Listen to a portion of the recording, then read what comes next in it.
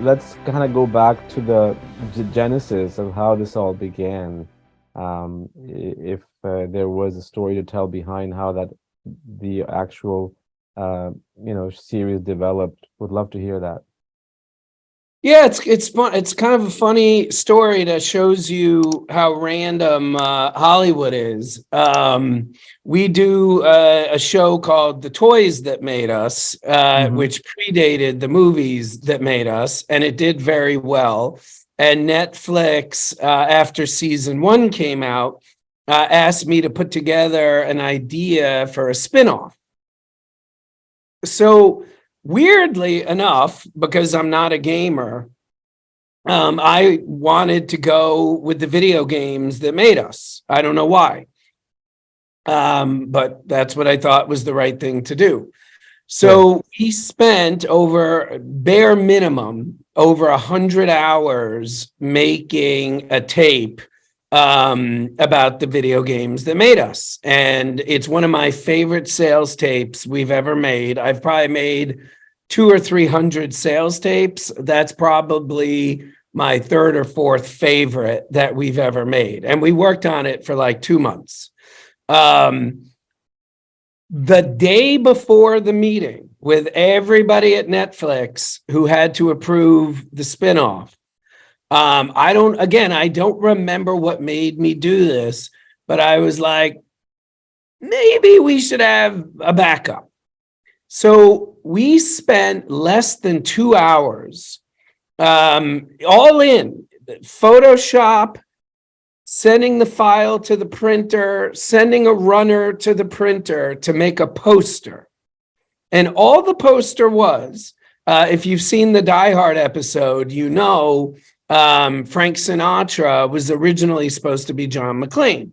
Yep. So all we did was Photoshop Sinatra's head onto the poster of Die Hard, you know, where Bruce Willis is wearing the wife beater. We just put Frank Sinatra on it, and that was it. So the next day we go to the meeting. It was an hour long. I kid you not, spent bare minimum 50 minutes pitching the games that made us. And then the head of Netflix Unscripted saw the poster tube on the table. I almost didn't even pitch the movies that made us. He saw the poster tube and said, "What's that?" And I'm like, "Oh, just for fun, we made this." And I took the poster out of the tube. I showed it to him, and I brought enough there were like 5 people in the room. I had brought enough posters, so each one got one. And then literally that evening, I got a call from our exec, guy named Nat. And Nat was like, "Congratulations, the spinoff is greenlit." I'm like, "Awesome, that's great. I guess I got to learn more about video games." And he's like, "Oh, no, not that one, the movies one." Yeah, that's how it happened. Wow. That is incredible. I mean, it's always, even when you make films, right? It's always the ones that are close to you that more than likely are going to be less liked by people, as opposed to the ones that you're not really closely attached to. It's just the way those things happen. And this is incredible that if it wasn't for that poster, you and I probably wouldn't even be talking. Highly likely. And you know, it's funny, making the movies that made us and the toys that made us and a lot of the other shows that we make of a similar nature, if there is one conclusion that I've come to, having now done deep dives in everything from Hello Kitty to Dirty Dancing to RoboCop to all these things, even, you know, we do the show on Disney Plus called Behind the Attraction, same premise. Nobody knows nothing. Like the amount of things we cover that the people paying for it are not excited about. Star Wars, that was just to get American Graffiti 2. Fox didn't want to make Star Wars. Yeah. Dirty Dancing, like all He-Man, Star Wars figures, all these things were like kind of by accident. Like if you saw the Elf episode of movies that made us, Like nobody at New Line was paying attention to them because they were paying attention to another movie that lost close to $100 million. Like that's the conclusion I've come to about what all of these subjects with The Simpsons. I mean, The Simpsons, there's no better example. Nobody wanted at Fox, The Simpsons. They wanted to get James L. Brooks's newest feature deal because he had made 4 movies for them, 3 won Oscars, all made bucket loads of cash. So all they wanted was his next 4 movies, and he forced them to greenlight The Simpsons. All 4 of his next movies bombed, and The Simpsons is still in production 47 years later, or 37 years later. That's incredible, right? I mean, you look at J.K. Rowling as well. She went to a dozen publishers for Harry Potter, and now. By the way, check this out. This is you. Thank you for saying that, because this is one of my favorite pieces of useless information. Sure. The #1 fantasy book of all time, published not by Random House, not by Simon and Schuster, by Scholastic, a company that had never made anything like Harry Potter before. They made little kids' books. That's all they did. It was their first attempt, their first at bat to do fantasy. And they got Harry Potter. And Harry Potter is the #1 best-selling book of all time at this point. But in its genre, it's fantasy, right? So #1, fantasy, random connection. What's the #1 science fiction book of all time? Do you know? Dune? It is Dune. Do you know who published Dune? I don't know. I'm guessing Scholastic? No. No, Scholastic wasn't around that time. A guy who owned a company that's sole product was printing the instruction manuals that you find in your glove box when you buy a car. They had a deal with Ford and Chrysler and Toyota. That's all they did. But the guy who owned the company loved science fiction and knew Herbert. So he went after everybody passed, just like with Rawlings. He was like, hey, you own a printing press, right? Why don't you print my book? That's how Dune got published. What's the #1 military book of all time? I don't know. Hunt for Red October. Who published Hunt for Red October? Don't know. There was a company that's sole existence. It was opened by a guy who worked he was a submariner during World War II and the Korean War. So he gets out of the Navy, and he knew that all these guys were stuck underwater for 6 months, and they really didn't have any books to read that were interesting for someone stuck underwater for 6 months. So this small one-man band, literally, he had no employees, opens a publishing arm, a publisher. He becomes a publisher for the specific purpose of making books for guys stuck underwater for 6 months. Everybody passed on Hunt for Red October except him. And so the 3 genre-leading books in the 3 biggest genres there are were all, for all extent and purposes, missed by every single major publisher and picked up by kind of random publishers. Random House, which had passed on Dune, ended up paying the car manual guy, literally ended up paying him something like $10 million in the 80s to get Dune, when they could have had it for probably $5,000. That's crazy, right? I mean, it goes to show, I think my lesson in that is that you should just, like never give up, because even if the most, like, you said, like people who don't even publish books. I mean, Scholastic, I remember when I was in grade 8, those little, I don't know if it probably got those little flyers, like 4 pages pamphlets with Scholastic books in it, and you would order them. And I remember that.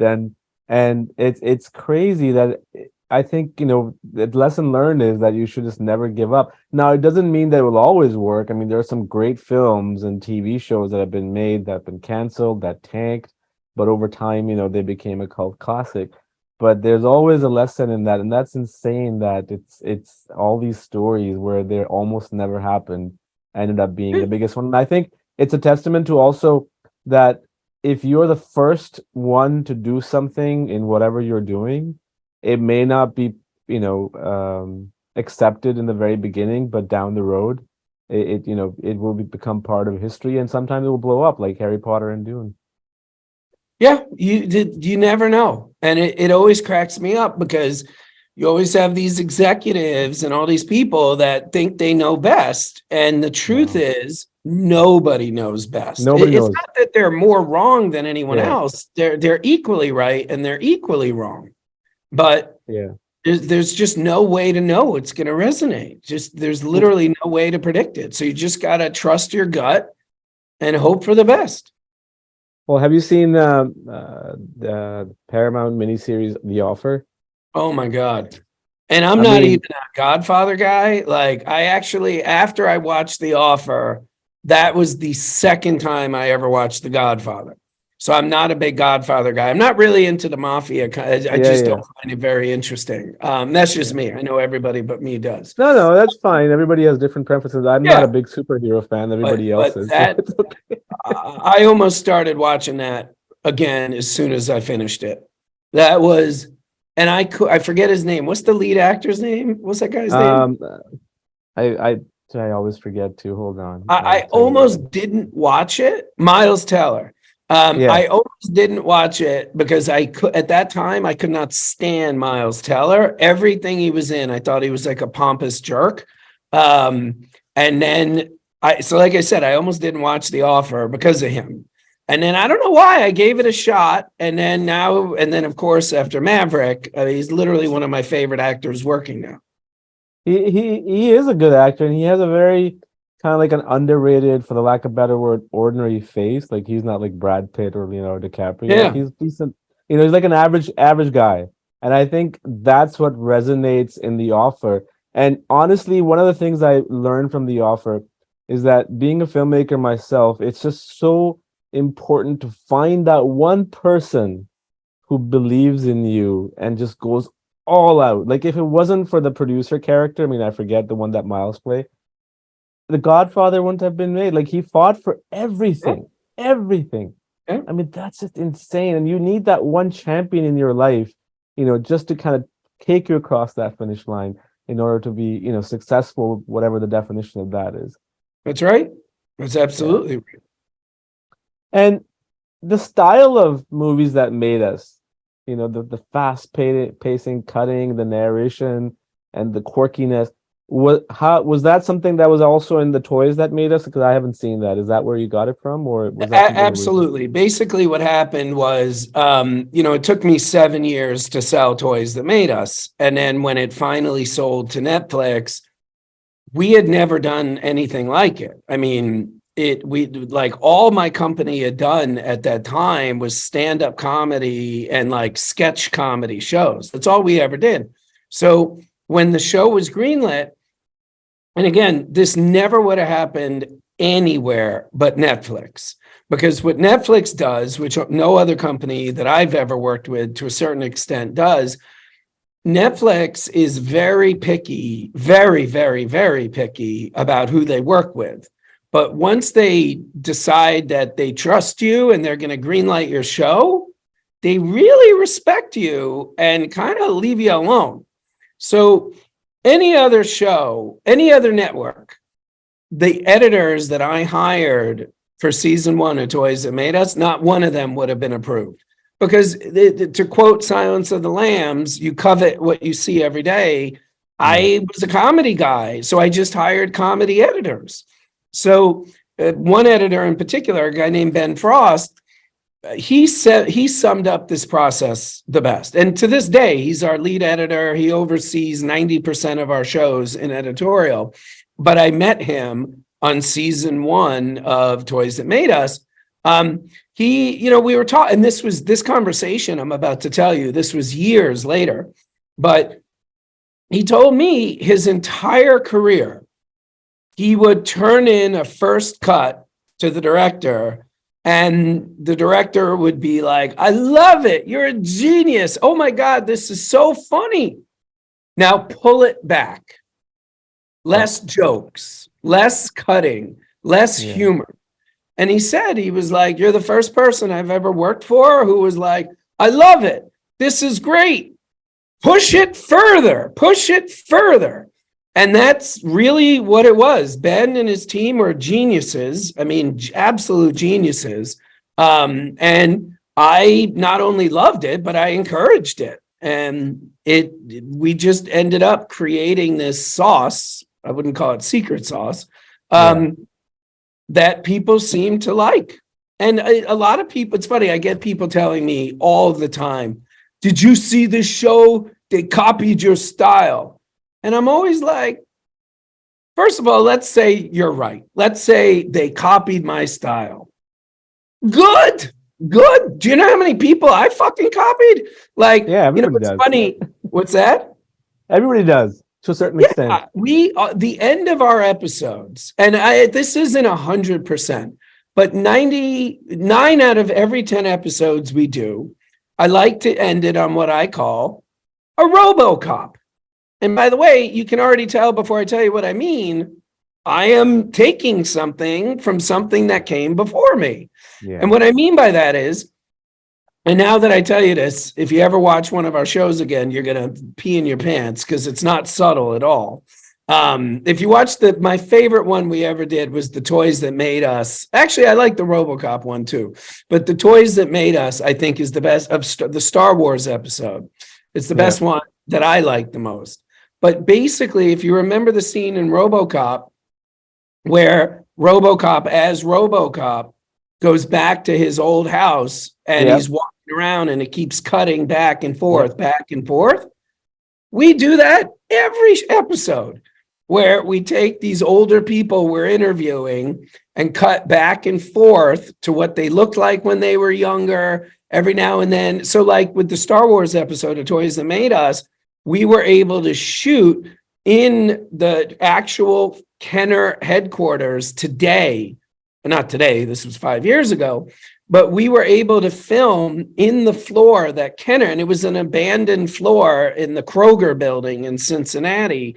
And we were able to cut that footage back and forth with stills people had shot there 40 years earlier. So how could I be mad at anybody, quote unquote, copying us when we're doing that kind of stuff? Yeah. Well, I mean, I have this discussion with Mark Mancina, who was the composer of Bad Boys and Speed. And, if you look at, there's a musician, composer, I don't know if you know him, Gustav Holst.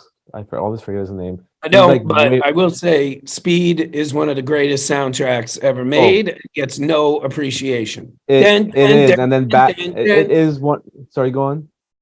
No, I was just doing an impression of it.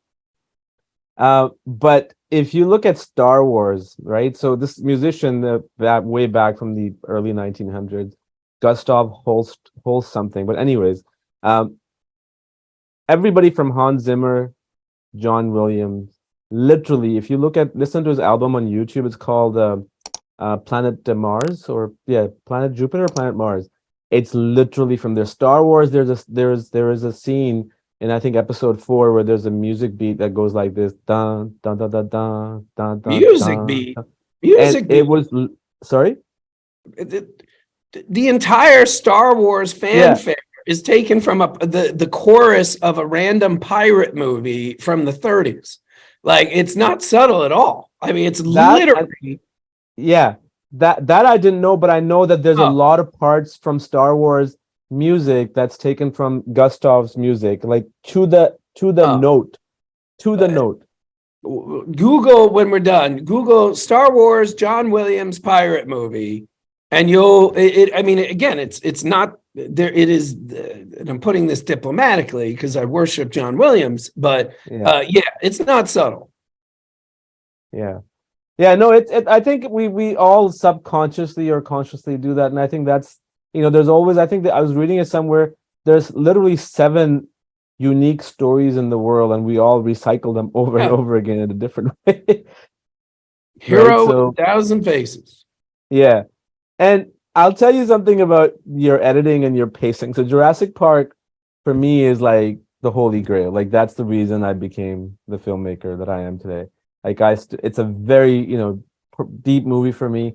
And when I started watching the episodes, like RoboCop and Die Hard, I just did not want to watch the Jurassic Park episode because I was like, this is going to ruin my entire, I, I I'm the same way. I know exactly what you mean.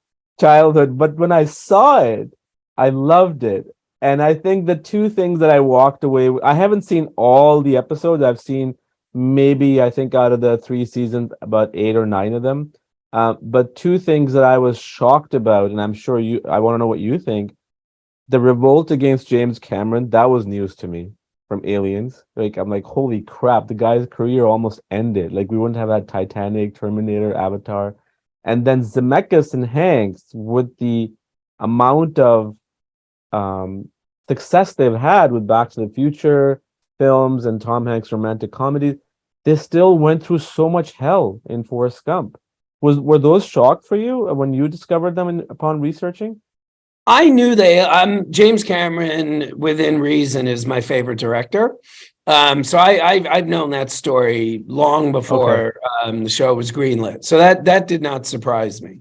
The Forrest Gump thing, that that surprised the hell out of me, to answer your question, but it should, and I did this in the episode, so it's there, but I never know if things resonate the way I want them to, as intended.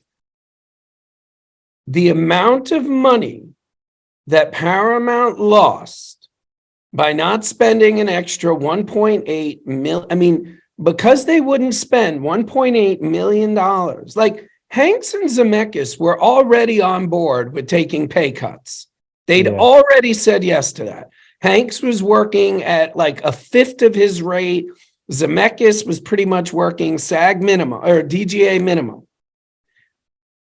Paramount didn't want to spend $1.8 million. That has conservatively cost them $150 to $200 million. Like, it was idiotic. It's like, you've already jumped in the deep end with this crazy idea. Like, $1.8 million, you're really gonna like give them more back end? Like, it was nuts. They should have either just said no and not done it and given them the back end, or they should have just given them the 1.8 mil.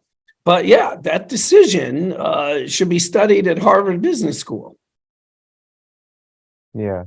It's insane. Do you think I mean, everybody's running a business, right, at the end of the day, but do you think sometimes it's egos that kick in at executive levels that like, no, we're not going to let this happen so it doesn't start a trend?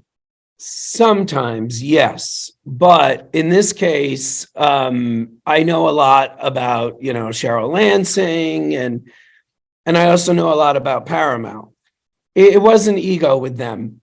It really was. They had a tight budget, but it's so funny. Paramount is always said in the same sentence as Warner Brothers and Yeah. Disney and Universal. They are the tiny. They do deserve to be on that shelf. Don't get me wrong, but they are the junior partner. I would imagine Warner's and Disney in 1 or 2 quarters makes what Paramount makes in a year.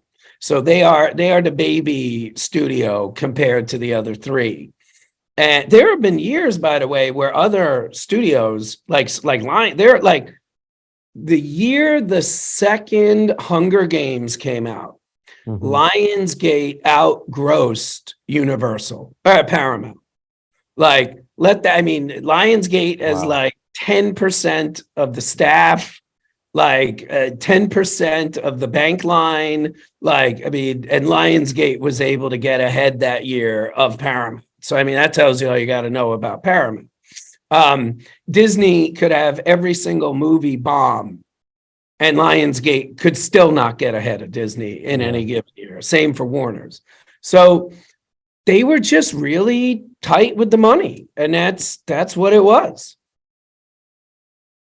Crazy, crazy. And Brian, when making the episodes that you have made for the movies that made us, was there a struggle of your own in any of the episodes, whether it was in production, post-production, or pre-production, that maybe 20 years from now somebody can consider that the amount? I mean, I know you talked about Netflix being very easygoing once they have you on board, but was there any struggle, not necessarily from Netflix, but just production, post-production, pre-production wise, that you couldn't get through when you finally did?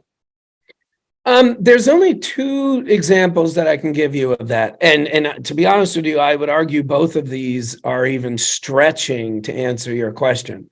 99% of it, we had a plan and we implemented the plan. It was that simple. The only exceptions to that, there's only one thing we ever started that we stopped. But like I said, I don't really include it because we stopped so quickly. Like, I think we worked on it for 2 weeks. And then we were like, yeah, this won't work. And that was, It's a Beautiful Life. It's a Wonderful Life. And the reason we stopped, everybody's dead. So there was nobody to interview. I mean, there was literally one human being that had anything to do with the movie that was still alive. And it was like a 3-year-old little boy when the movie was made. It was like now 92. Like, so that's the only thing we ever started and stopped. And by the way, it may not have even been 2 weeks. It may have been 1 week. And then the only other thing that I can truthfully answer you on, and it's not even movies that made us, it's toys that made us, was the wrestling episode. Because the WWE would have absolutely nothing to do with us, and made it very clear, like, don't mess with us because we're going to sue you. So that was the only difficult thing we've ever made. Got it. Got it. Is there a season 4 coming that you're allowed to talk about, or you're not? I feel I hate saying this, like it must drive people nuts, but all I can tell you is stay tuned. Okay, got it. And is there a particular, and without talking about what may be on the table, are there some films that you want to cover down the road? 200. Which ones are top 3? God, what's top 3 that we haven't done? Terminator. I mean, that's easy. Definitely want to do Terminator. A new one, but my God, do I want to do it, is Top Gun Maverick. And then Fury Road. Yeah, those would be my top 3. Yeah. Terminator's a crazy story. Absolutely. The original one, right? The first one, yeah. Yeah. I mean, talk about a movie that should not have been able to survive the process and even get shot, let alone released, let alone a hit. I mean, it got shut down twice. Linda Hamilton broke her leg the day before shooting started. I mean, it's nuts. Well, it's the same thing I find with James Cameron films. I mean, he's not, I don't think struggles is is the right word, but with Titanic, I don't remember the details, but I think he said in an interview to Howard Stern that he didn't, like, he gave up his own salaries, or he didn't get any back end money because he believed in the project so much. And then same thing with Avatar, the first one, that whole sequence of the flying birds, and the studio executives wanted to cut it down, and he said that's something that in the survey, the most admired scene, and he always kind of sticks to his guts, but he gives in everything, and I find that impeccable that even at this stage in his career, he has to go through that stuff on and off. Yes, but I mean, the guy's like 5 movies in a row made the most expensive movie ever made. Like, there was no reason for True Lies to be the most expensive movie ever made when it was made, but it was. Like, so imagine you're the studio that basically greenlights some dumbass Schwarzenegger action movie, and what should have been 80 million ends up costing 190 million. Like, imagine you're in your house having breakfast, looking at your wife and kids or whatever, and like, there's some guy that if that movie bombs, you're losing your job, buddy.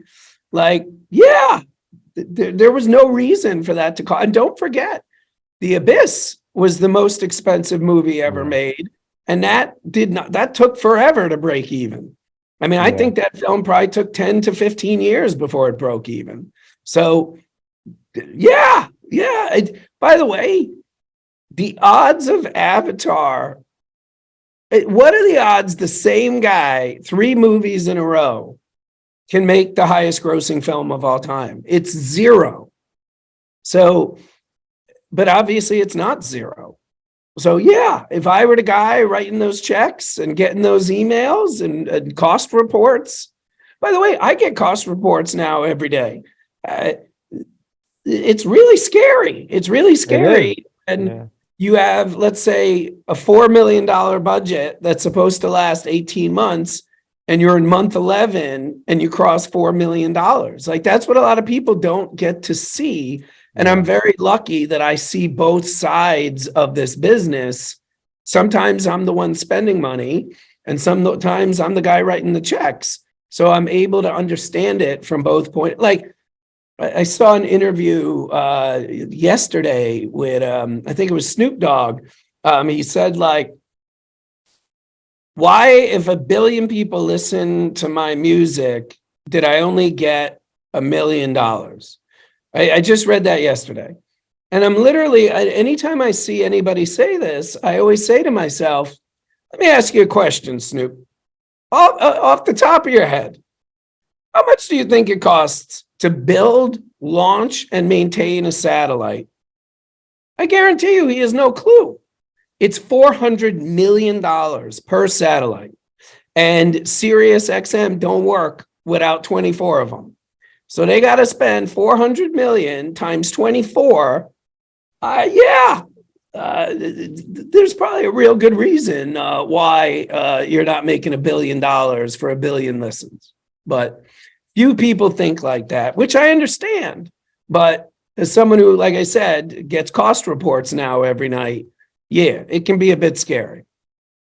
No, it is 100%. And I'm with you on that. And I think on the other side of things, it's also when you are trying to make a film, let's say we take away the studios and the Netflix and everything. Let's say we talk about investors and all that, independent investors or angel investors. If they are trying to put money in, like, I'll give you my example. So the first film that I made, I had to do it on my own. I had to do it on my own because I didn't have anything to show in terms of I've made a feature documentary film. I had to do it on my own, but that became a ground for me to get investors for the second one and third one and fourth one and so on and so forth. But at the same time, it is, and I'm nothing like James Cameron in any way in terms of, the box office and talent and everything. No one is. But people, it's so hard to get people on board because obviously they're putting their money in, and why would they be interested in you? Why would they believe in you? If you have, even if you have made profit, but haven't made hundreds of millions of dollars, right? So I agree with you on that, 100%. Yeah, you got to earn it. It's easier for me to do things now than it was 5 years ago, and I know why. I have results that I can point to, and the fact that Netflix greenlit Toys That Made Us, I still don't completely understand why. I mean, I know why, but they had absolutely no reason to trust us with a show like that. We'd never done anything like it. Yeah. Your career itself, how did you get into the world of film, if you want to talk about that a little bit? I went a very classic route. I went through representation. A lot of people start off as agents and managers, and I was one of them. I was a manager. I only represented stand-up comedians. I was very lucky in that a guy that I signed who couldn't sell 200 tickets became the biggest comedian in 40 years.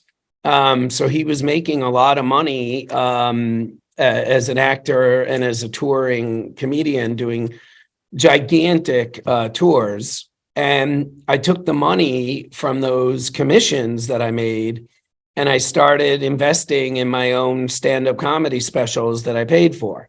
That may have sounded wrong. To be clear, it was not me on stage telling jokes. Right. We produced them, and we built a library of stand-up specials. And that allowed us, once we had made enough, to become a distributor. And basically now, the money that comes in every quarter, I just spend less than what comes in to make more.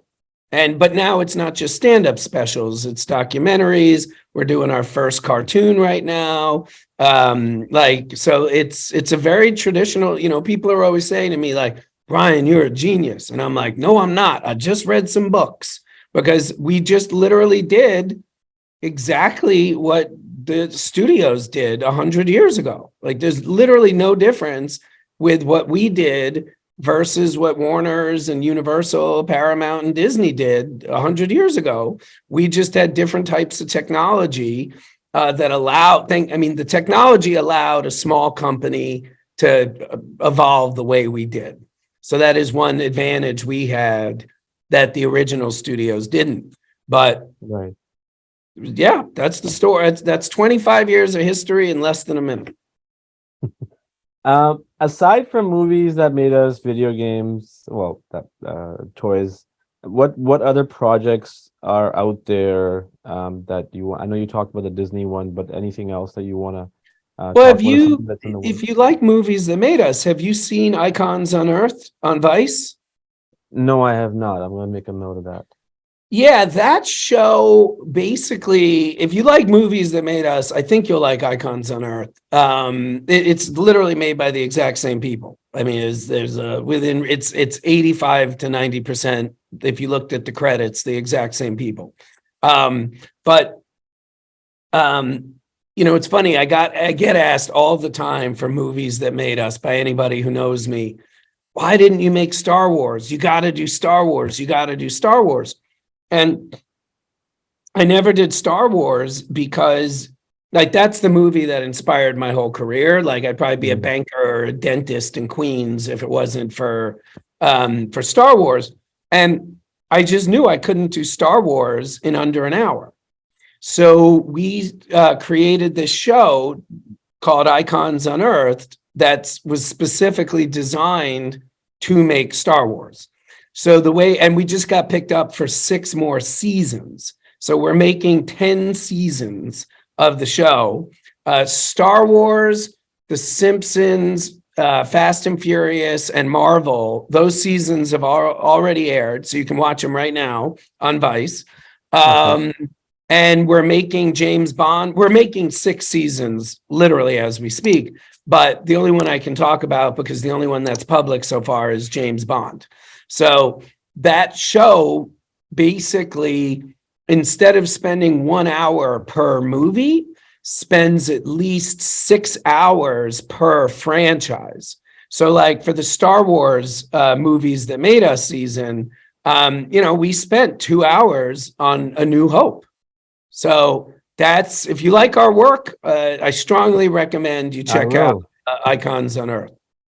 No, I will 100%. And I wonder, are you guys, so this is going to be a little selfish of me to talk about this now.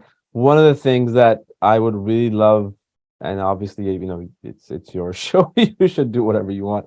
I'm a huge, my childhood grew up, when I say childhood, like my late 1920s, grew up watching DreamWorks stuff. Like, I know everything there is need to know between 1994 and 2003 about DreamWorks. Like, I almost started researching. Well, I did, but I almost wanted to make a documentary, a feature documentary about the evolution of DreamWorks. And that sort of kind of just sat down there for a while. I wonder if there's anything that you guys are tackling, whether it's Gladiator, American Beauty, Saving Private Ryan, or anything like that, Prince of Egypt. Not to be a jerk, but one of the movies you mentioned, let me just say, we're taking very seriously. Got it. And I'll give you a clue. It ain't American Beauty. I think I know which one it is. That's all I'll say. You know me at all. It's not too hard to guess. No, it's not even about knowing you or not knowing you. I just know the amount of stuff that those films that I mentioned went through, and I know one of them went through way more than the other. So I'm willing to bet that's the one that is. Well, you're right. You're absolutely right. But just using American Beauty as the example, because I already told you we're not doing it. Yeah. One of the real reasons why we would never do American Beauty is there's no constituency. Yeah. Like when we do Jurassic Park,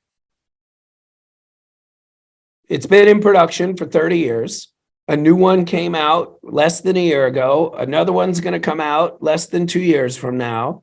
There's a theme park ride. There's an attraction at every single Universal in all 7 parks. You go to Comic-Con, you see people dressed like Sam Neill.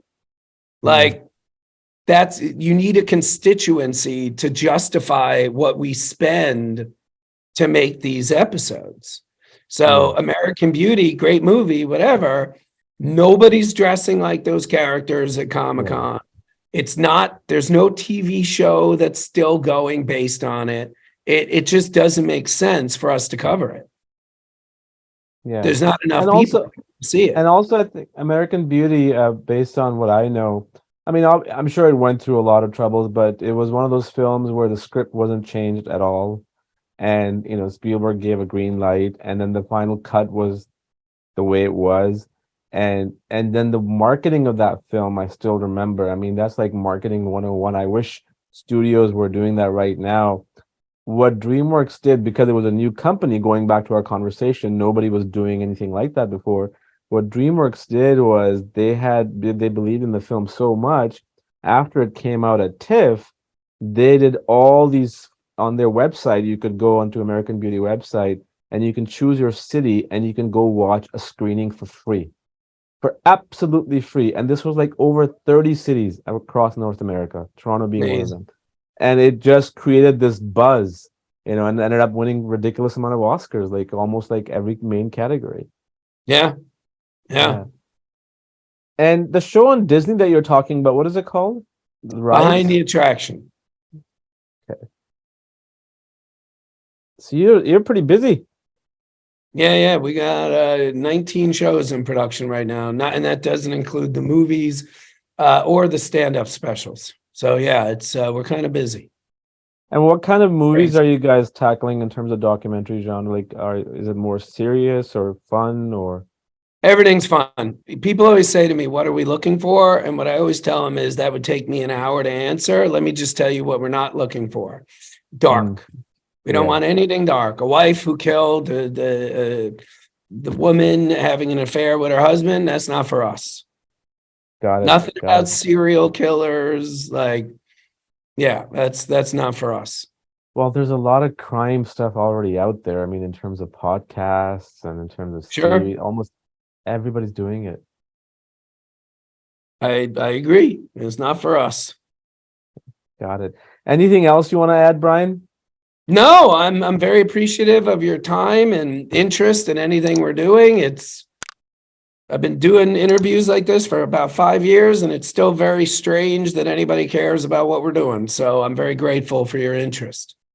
Well, I'll tell you why is that people are interested in what you're doing is because it resonates with their childhood, period. I mean, that's what it is. I mean, literally, like the movies that you're doing are something we all grew up on, and and they're even though they were action, like RoboCop and Die Hard, they still had this human element to it that we all connect to. And and then the way you have done it is, again, like I said, when I wanted to watch Jurassic Park episode, I'm like, I'm not going to watch it, but it's just so unique. And so credit goes to you and your team, of course, in doing so. And I'm looking forward to more work of yours. Maybe we can chat again about the Star Wars series or other series that you have in the works, or the Disney one. Sure. Love to do that. Check it out if you dig it. Happy to chat again. This was a lot of fun.